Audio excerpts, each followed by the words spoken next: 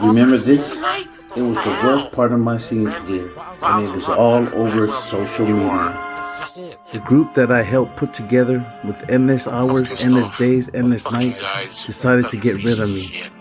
And what hurt the most is they replaced me with someone that can't even hold his voice, and that's Vibo.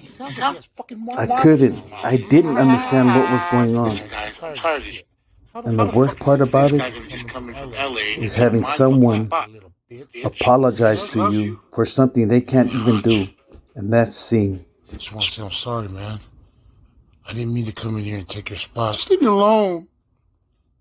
But after doing some soul searching, I realized that it was all behind Danny's jealous rage of me. Just because he couldn't sing, he wanted to take it out on me. These days, I am the lead singer of my own group, House of Harmony.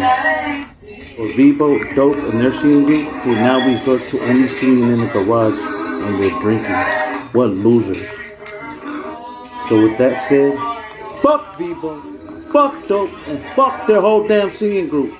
House of Harmony till I die. Oh, fuck you.